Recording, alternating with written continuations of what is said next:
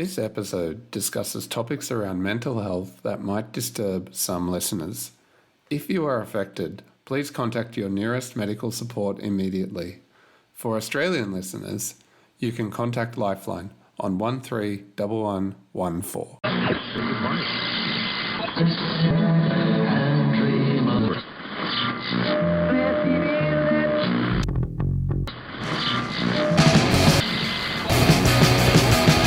Welcome to another episode of Mind Tuning.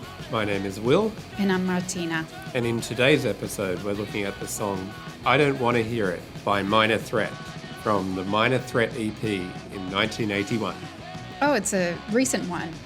Just came Old out. school. So, how does this song relate to mental health? Firstly, I would say you've got a picture in this song, don't you, of someone who's incredibly frustrated, but then they deal with their frustration by shutting down the person who is causing the frustration. And they seem to shut them down in various ways.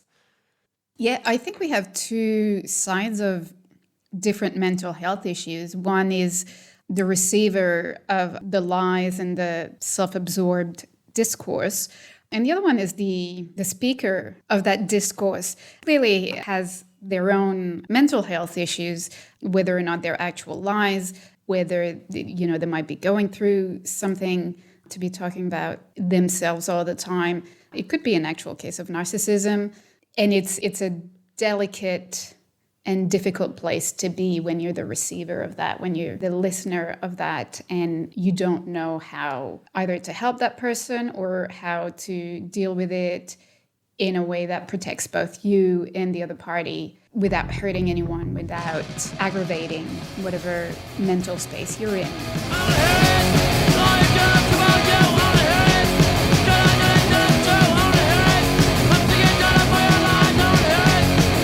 I wonder how this song would be received if it was released in 2024, because the subject of the singer's antipathy is afflicted seemingly with narcissism, so narcissistic personality disorder maybe. The singer also complains about them lying all the time. But we live in an era when if someone is suffering from mental health, that we don't berate them, yell at them, victimize them, rather we show them support. And whilst this song is definitely expressing how any of us would feel when we encounter someone who's incredibly narcissistic, or indeed someone who's lying to us, we're still encouraged in this day and age to support them, right? To show them empathy and to try to facilitate some kind of help for them rather than simply abuse them. Well, and there's a saying that's been around for as long as I can remember, which is, be nice to people, you don't know what they're going through. And as much as I want to agree with that, there's also the other side is, what about what I'm going through? Why do I have to repress my emotions to preserve the other person's emotion because they may or may not be going through something? So it's always a very delicate balance of looking after yourself from a mental health point of view without also aggravating or triggering someone else's. It's a good point, because in this song you get the sense that the person who is encountering the narcissistic personality is preserving their own mental health by telling them to get the hell away, or at least by telling them, I don't want to hear it, no, you're full of shit, over and over and over. And that is a way for them to preserve their own mental health.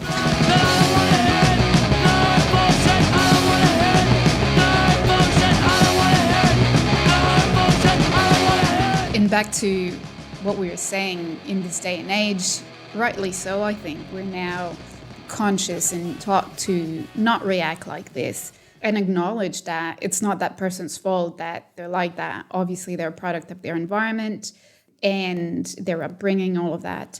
So it's important to look at the bigger picture. And if you can't deal with it, absolutely walk away, protect yourself, ideally without lashing out to that person. Yeah, and there is a lot of lashing out in this song. And consistent with what you said, this podcast is one which is concerned or interested in the context or the reasons behind mental health outbreaks or mental health conditions or whatever it might be, rather than simply a discussion on identifying and condemning adverse mental health conditions. So in a way, this song sits awkwardly with the project of this podcast, but it makes for an interesting study. Well, awkwardly, but also we've all been there, right? Most of us at some point or another lost our cool, lashed out, snapped, maybe said things we didn't mean, or said things that we definitely thought, but we understand that we shouldn't have said those things because it didn't help the situation. And so maybe the singer or the writer of that song wrote this because they knew they couldn't tell that to the other person's face, and they just needed to yell it out, knowing that it would only escalate things to yell all of that. Yeah. Especially in that tone at the other person. So, yeah, it's like we've said before, writing it down, talking about it, they're just maybe just doing the right thing. So a technique for dealing with adverse mental health is forming a punk rock band and screaming it into the void rather than screaming it directly at one person. And that would be actually consistent with this band. They are pacifists. They are straight edge. They're anti-alcohol, anti-drugs. They live an ethically sound life in many ways. And so whilst they're very direct and confrontational about their ethics, they're not violent people. And so you're right, this might actually be a coping mechanism. So, well done, Minor Threat.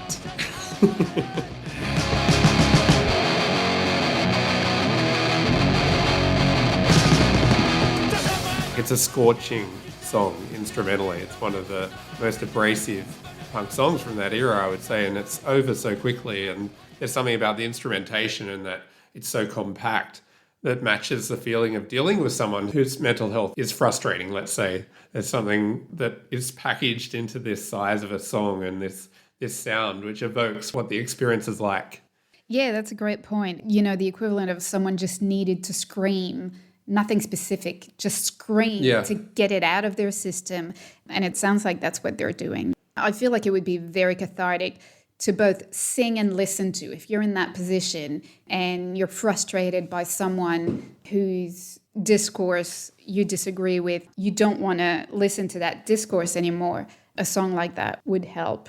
Yeah, and art works like that, doesn't it? People will identify in something abstract that's not theirs, their own experiences, and find solace through it. So given the directness of it, maybe do you think we could say good mental health is conditioned by being direct with people?